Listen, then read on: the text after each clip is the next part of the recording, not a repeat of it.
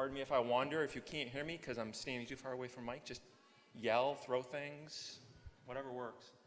So, who in the room, and again, I can't really see people, who in the room would say they're an expert, show of hands, expert on iBeacons, BLE technology?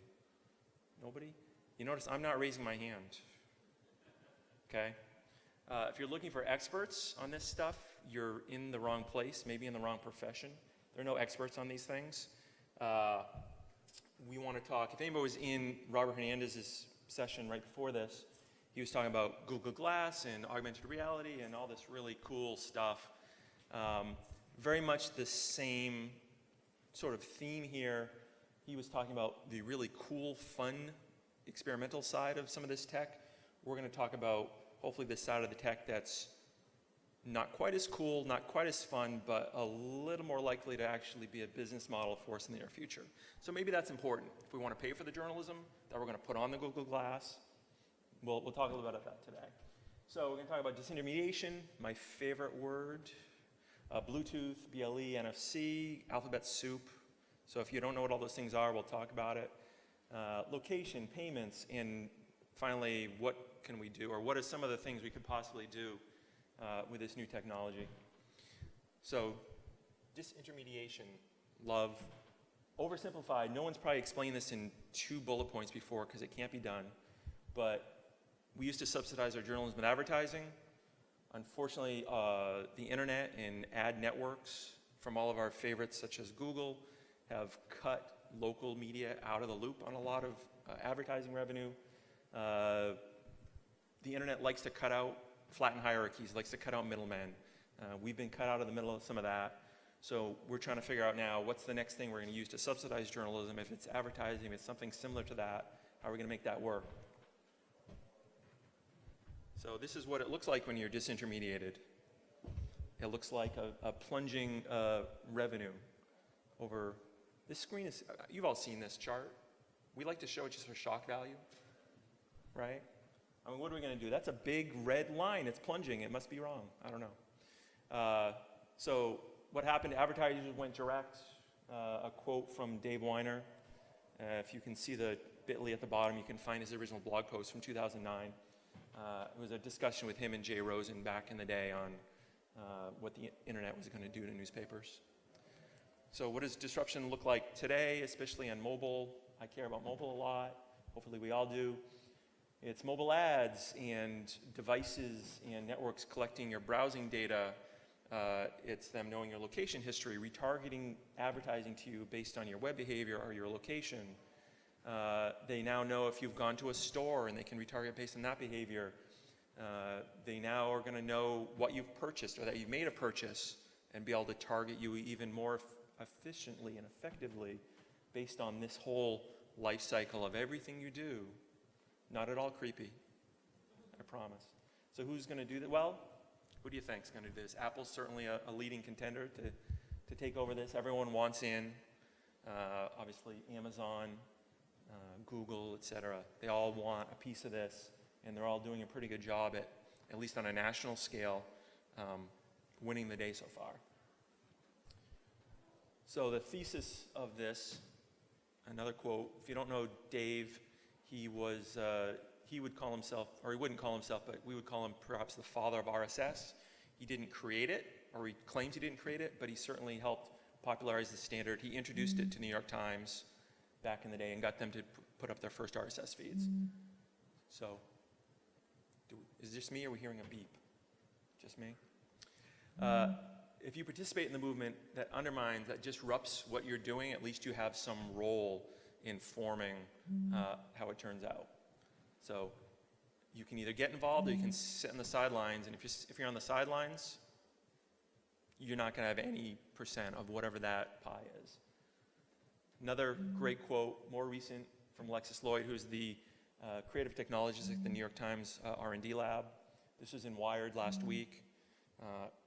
Prototyping, experimenting, innovating is not always about finding the answer immediately. It's about figuring out what the future is. So that was a lot of Robert's talk just before this, is we got to play with Google Glass to figure out what we can do with it. We have to play with augmented reality to some extent. When you do that, it takes it from being just this cool gadget that we don't know what to do with to something we'll eventually figure out how to make it work. Or if it doesn't work, you put it on the shelf. So, quick review. What is Bluetooth? So, I put this up because I think a lot of us don't actually really understand what this Bluetooth, it's on your phone, it's called Bluetooth. What a stupid name for a technology. Who knows what does it mean? It sort of obscures what it does. It's just a radio, it's just like Wi-Fi, it's just like any other radio frequency, but it has a specific purpose, and back in the day it was meant to replace RSS 232 cables, serial cables, to talk to your phone or your computer. I didn't actually realize this, but it's on the same frequencies basically as your baby monitors or some of your Wi-Fi. There's nothing magic here. It's just a radio protocol, right? Why is it named Bluetooth? Did anyone know this before I put up this slide? Why is it named Bluetooth? See, you can tweet this out now. Here you go. History lesson for the day. This is what happens when you let engineers name things. Probably Swedish engineers.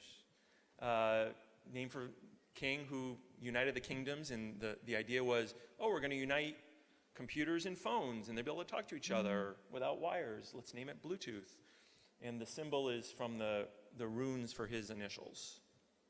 Harold Bluetooth. So there you go. That's how icons get created. Love this story, actually. It's amazing what you can learn on Wikipedia, right?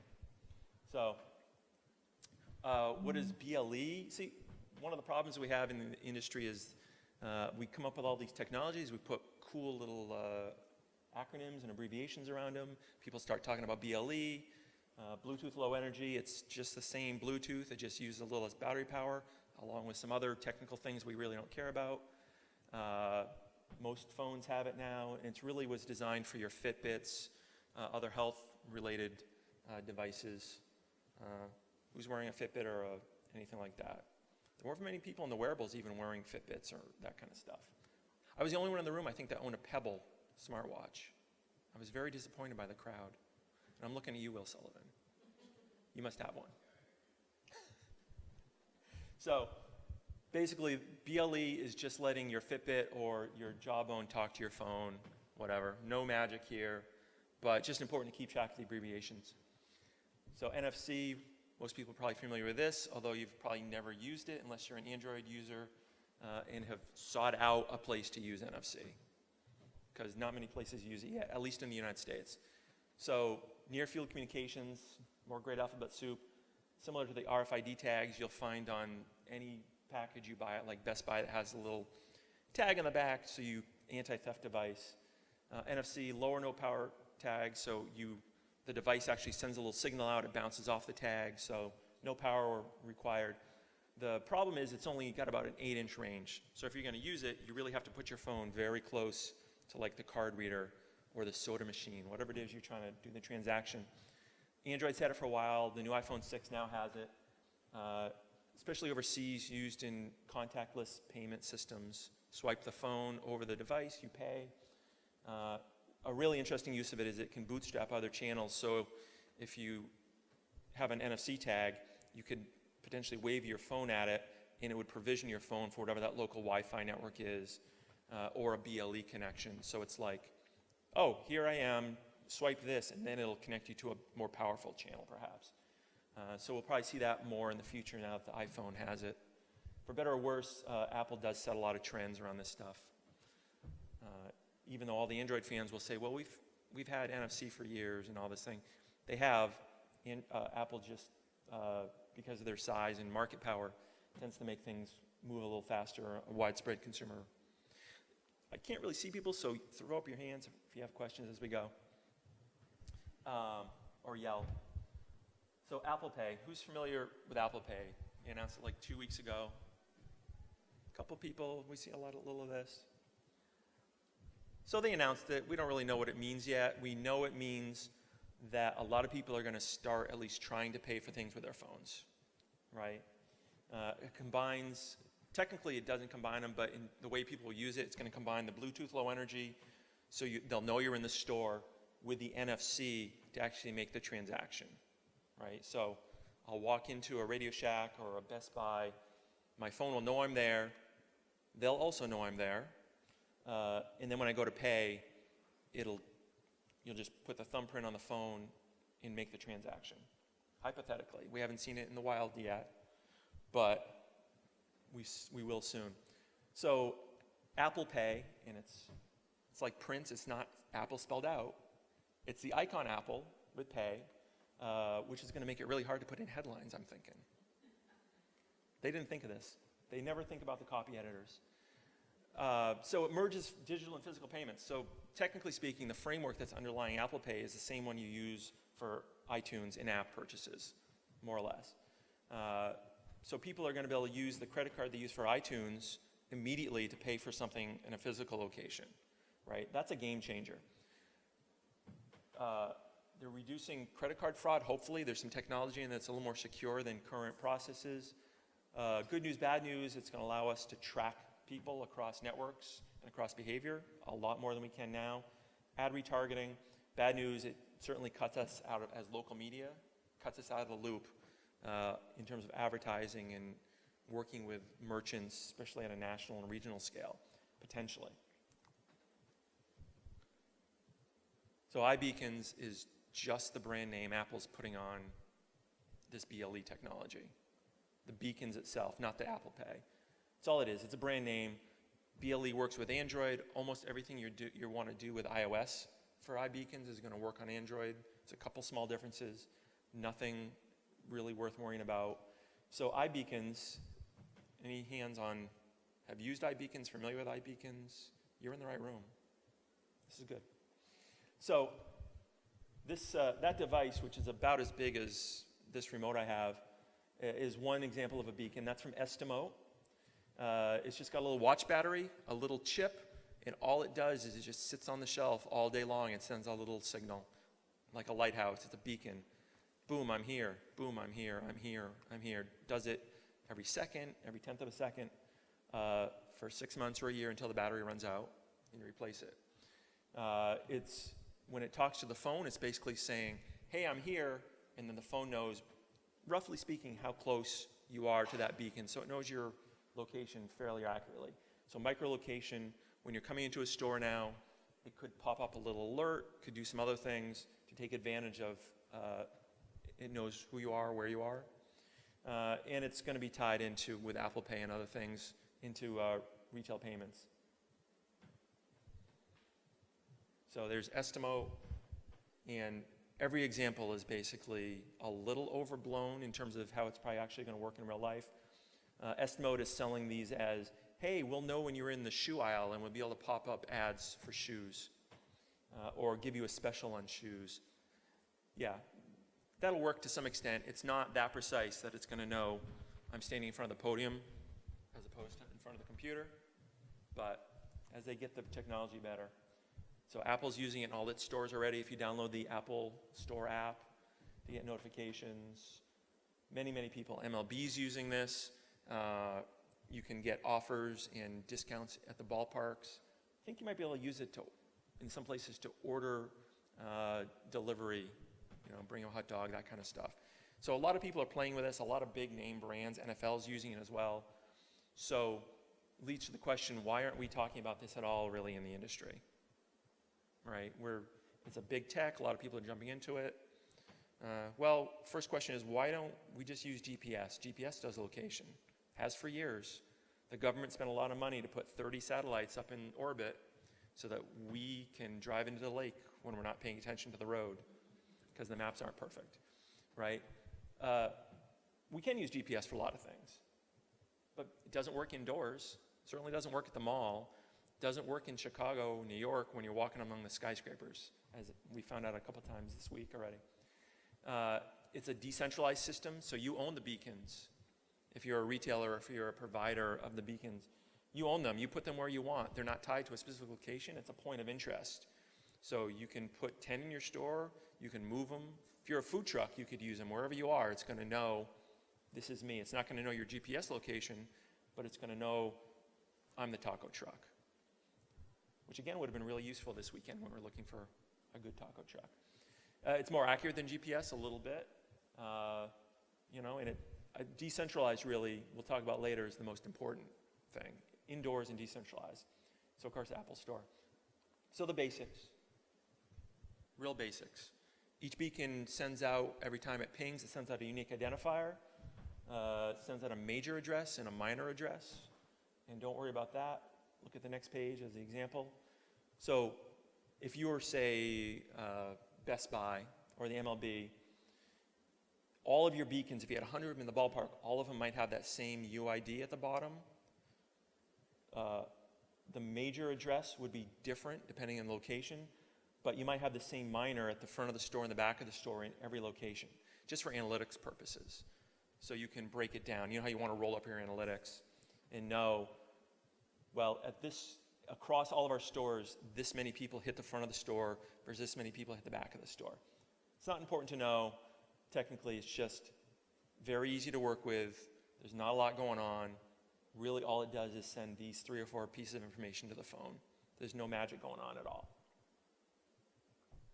So who's getting in on this already? Well, most of these brands and more, they're all going to have these in the stores, especially the big malls. The hotels are going to allow you to use iBeacons to open your hotel room door, things like this. Yeah. So at each of these brands, you're going to have to use their app. Is that right? That's a very good question. Exactly. So here's the opportunity. How many apps are people going to use? Each one of those brands, we'll have to go through the animation again. Oh, each one of those brands is going to have a different app tied to different beacons, right? If you're in the mall, are you going to want to use the mall's app and have a beacon in the store? Or are you going to want, if you're Apple, obviously, to have their own app or their own beacons? This is potentially a huge pain point for consumers. I already don't want to have this many apps on my phone. I mean, that's crazy, right? And this is only the first 20 people out of the gate trying out this technology. So, opportunity, how many apps are people going to use are the questions we're going to ask. So a little human-centered design here. Instead of worrying about what's good for us, let's talk about what's good for the consumer and also the merchants. How many apps can people use and monitor and download? Will they leave notifications on, or are they going to get irritated by the constant? I can imagine walking through the mall and just getting pinged every 20 feet. No one's going to want that. Will merchants, like local merchants or people in the mall, will they maybe form networks? So they all have the same UID, but they have different major and minor addresses. So you can have one app that maybe they form, like a downtown association could have an app, something like that. And who's going to own that last mile? Who's going to be the vendor or the provider that actually comes in and sells people the beacons and maintains them and helps them with the code in their apps? Because this has got to be in an app. This is not a web technology at this point. You've got to have an app, and you've got to build it in, and it's got to be monitoring every beacon that you want the app to recognize. So you've got to code all this stuff in. So, but the better question is, what needs can we serve for readers? What can we do for the local merchants on the advertising side? So these are the answers. These are the questions we don't have answers for yet. This is why we're here talking about things that we need to be caring about, we need to be paying attention to. So here's the thesis question. People used to buy our papers for the advertising. Honestly, they wouldn't read the news. They would go to the classifieds. They'd read the Sunday flyers. Now they hate us because of our advertising online. That seems like a problem. How do we fix that? What do we do about that?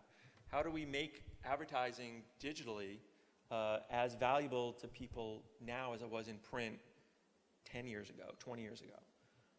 And trust me, I'm not on the advertising side. I don't want to know anything about advertising.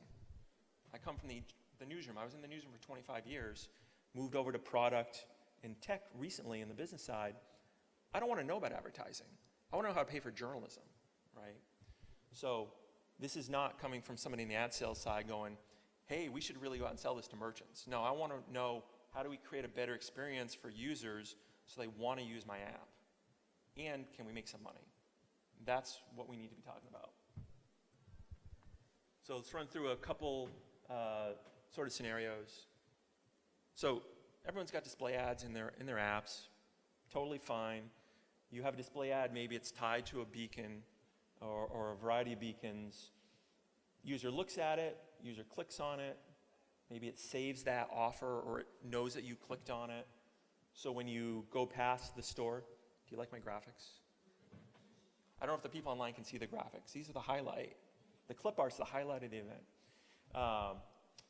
When you go past the retailer, it's going to know, it's going to pop up an offer, it's going to go to the cloud, pull that offer down and go, hey, you just passed by the gelato place that you clicked on the ad last week.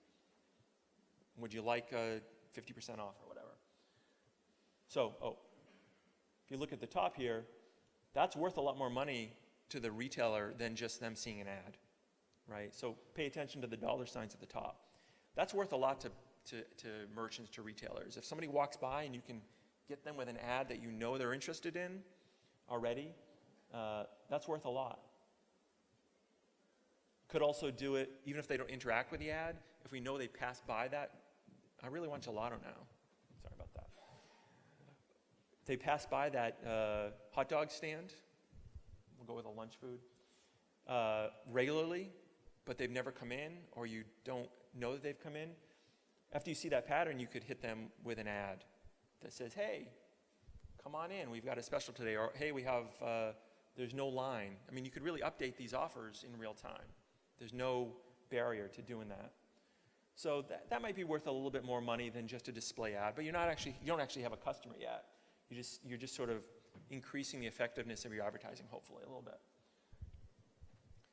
Same thing, somebody goes by, maybe you have no idea who they are, you just pop them an alert. Well, that's valuable, but that's going to get a little irritating for people after a while if it's not really targeted to them.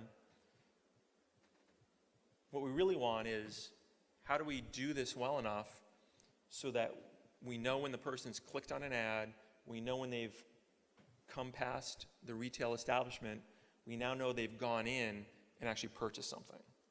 That's the kind of transaction, you get to the bottom of that funnel, that's a transaction that's going to be really worth a lot to retailers. And this is what a variety of vendors, a variety of ad networks are going to do.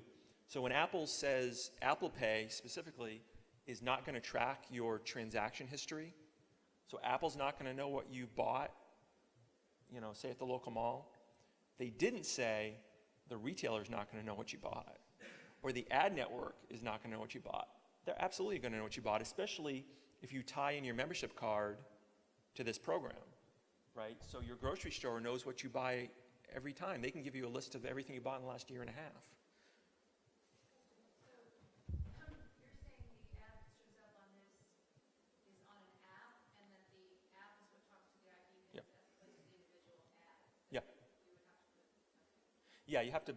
Yeah, the ads need to be tied into the beacons as well.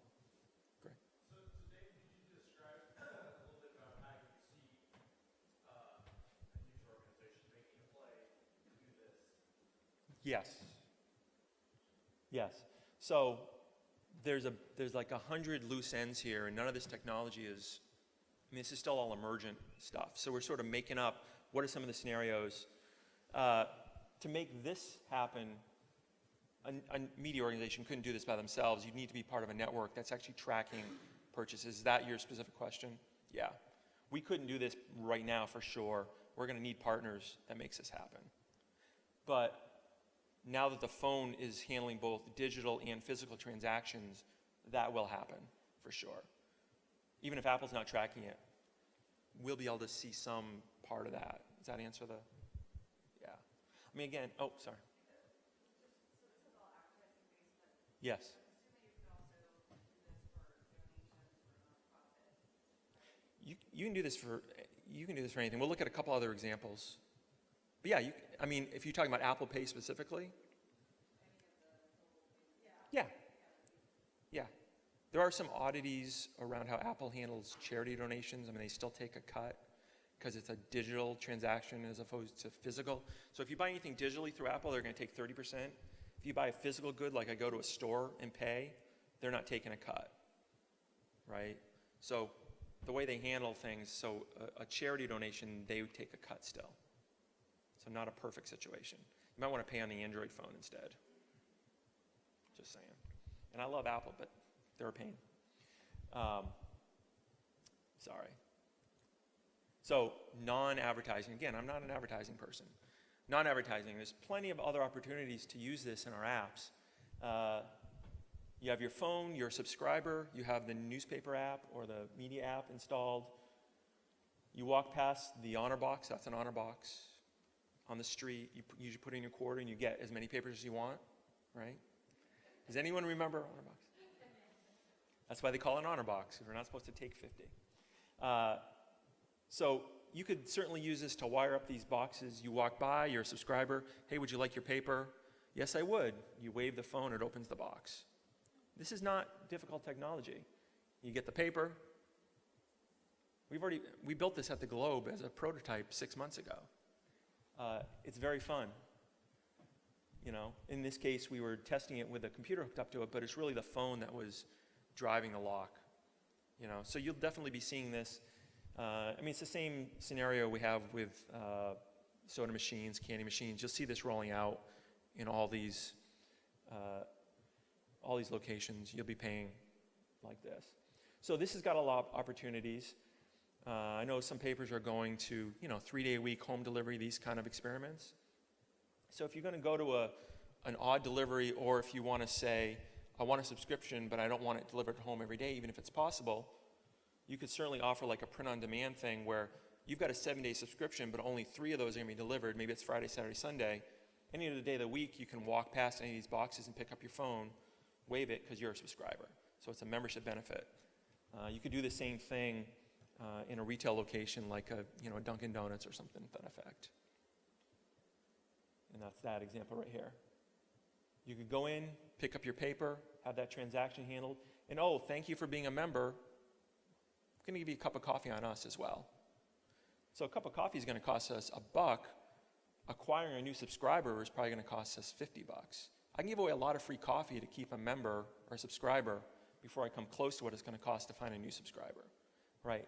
I mean, these are, keep in mind, literally, these are, crayon sketches of things we could do. These are certainly not fully fleshed, the ultimate what we could do with this technology. It's just very simple examples that we need to be thinking about. Because if we're not doing this, somebody's going to do it. Google's going to do it. Anybody who can get relationships with regional or national chains is going to be using these kind of incentives to bring in readers, to bring in consumers, give them benefits, drive that brand loyalty to them. I would prefer if it was us, if it was local media that somehow figured out how to get 10% of this, 5% of this. It doesn't matter as long as we're involved and we're staying in the value chain somehow. So again, all of our papers, I think, have some sort of membership program. Obviously, all the public broadcasting channels have membership programs. You usually get a little plastic card, right, that you never remember, you don't really know where it works, this kind of thing. You put that in your app, you give beacons to all your partners in the area, and now they're going to know when you walk by that you can get a discount here or that they're a member of the program. You might even integrate the Apple Pay so people can go in and purchase at the same time, right? Local discounts, payments. How about when you're in a public space or some sort of defined space, you have a paywall on your app. If you're in, say, a Starbucks, trademark Starbucks, you could put a beacon in there, and if you're within range of that beacon, you could have free access to your app for the time that they're there. People already do this with IP tracking.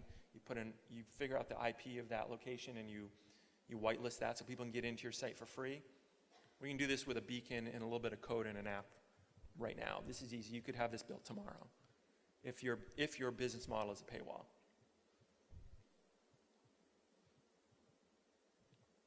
So more on the content side, and honestly, I don't have a lot of ideas on the straight journalism content side. There's certainly ideas out there. Those ideas are going to have to come from the newsroom and from journalists who are thinking about how to tell new stories in new ways. Some of the very obvious ways, points of interest, you put up some beacons, the app recognizes it. In Boston, we could have done walking tours. You can do this with GPS. If they're inside, outside, it would work better with beacons along with GPS, this kind of stuff. You know, all these ideas are predicated on the fact that if Apple's successful, and if they have enough partners on board, and if Google continues to support it in the same way and grows that audience, and Amazon jumps on board, this is going to be ubiquitous, just like the phones are. There will be no barrier to entry for people to use these technologies. Then it's just a matter of us figuring out what are the correct points for us to get involved in the ecosystem and return value for us and for the consumer, the reader. And my least favorite example, because if I'm not into advertising, I certainly don't know anything about marketing, okay? Scavenger hunts or these types of things. If you've ever gone to like the state fair, the kids always get a map, and if you go to every single booth and they check off the thing, they get a prize at the end. That might be an example I could actually get behind. You just have it on your phone, and if you go to enough places or if you go on enough rides, you get that prize. I never do it because you always have to go up and actually talk to all the people trying to sell you stuff. That's just me. But, you know, you can do anything. You could take that scavenger hunt idea and turn it into any, you know, any sort of rewards program, little gamification, games, that kind of stuff. Somebody will come up with a good idea of how to use this. It probably won't be newspapers or media. So, what are the problems? There's no problems. Technology solves all issues. We knew that. GPS works fine in most places, in most situations. Obviously not inside. Beacons do give you more control. They give you a little bit better view into the person's behavior. Proximity, you know, an NFC chip only works at 8 inches. The beacons are going to work at about 30 feet in most cases, and that's more or less unobstructed. So you're not going to get somebody across the street, but you will get them if they walk past the store, if they come in the store. I left out the slide about sort of the dark side of retargeting, but you could certainly foresee scenarios where people are placing beacons around competitive stores and then selling against them going to Walgreens instead of CVS. That might be a huge business right there. Battery life, depending on the device, they just take little watch batteries. Some of them do, some of them take AA's. They might last 6 months. Some of these vendors are claiming they'll last a year. They will not ever last a year at this point. I can't imagine. So you're going to have to be able to track. If you deployed 500 of these across the city, you're going to need to figure out how to keep the batteries charged, right? Put a little solar panel on your honor box. I don't know how you're going to do it. If it's in a retail location, you could set up alerts so people get notified if the batteries are dying. That's certainly going to be a problem. The biggest caveat here is Apple, Google, Amazon, PayPal are all trying to eat our lunch. And they've got a head start. They've got the technology. They've got the networks. They've got the national partners. What can we do in local media that's a defensible position against these networks just coming in and clearing house? You know, we always come back to, we have the relationships with the local merchants, with the local readers. We always say that, and we never manage to extract enough value out of that to actually have it make a huge difference. So this isn't a new battle we're fighting. This is simply, this is where the battle's moving, and this is the beginning of it. So do we have the opportunity to fix some of the mistakes we made the first time? So we made plenty of mistakes on the web, rolling that out and getting in line with digital. We're still making plenty of mistakes in mobile, although we did better on the web. And we certainly made a lot of mistakes around, so to speak, the Craigslist effect. Is there a place here for us that we can actually make work, right? And will this all just end up being like AdSense is, where a local vendor goes on, fills out a form, gets a beacon in the mail and sticks it in the front window and forgets about it, and Google makes all the money off of it? Certainly possible. So what else we have to worry about? Privacy policies, that creepy factor, which may take care of itself if the national brands and those people are sort of socializing people around it, as long as we handle it correctly. But it is a little creepy. People will turn the BLE off, the Bluetooth off to save battery. They'll turn off the alerts because they get sick of hearing alerts. And it's an emerging technology. We don't really know where it's going. We don't really know what the adoption is going to be. We don't know how much money's in this market. We don't know how much we can get out of it. We don't know what we can do around straight journalism with it, if it's going to be of any value.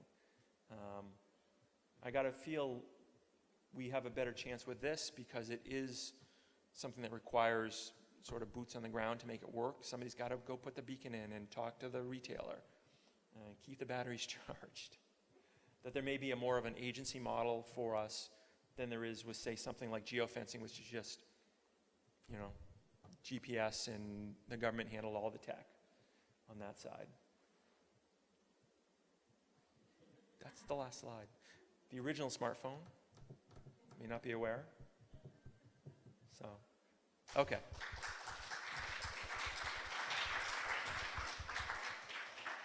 We left a little time for questions if there are questions. Yes. So, let's just say in a large venue where cell service is probably jammed up, could a reporter or group of reporters covering a major event be wearing iBeacons and news alerts could be pushed out to the people who are connected, mid-game updates and different things? It's still going to require an internet connection for any of the intelligence to work. Yeah, because the beacon is just dumb. It's just saying, I'm here, I'm here, I'm here. It needs to go to the cloud or the net and figure out what message the app is trying to tell us. Yeah, mostly. Yeah. Do we have another one?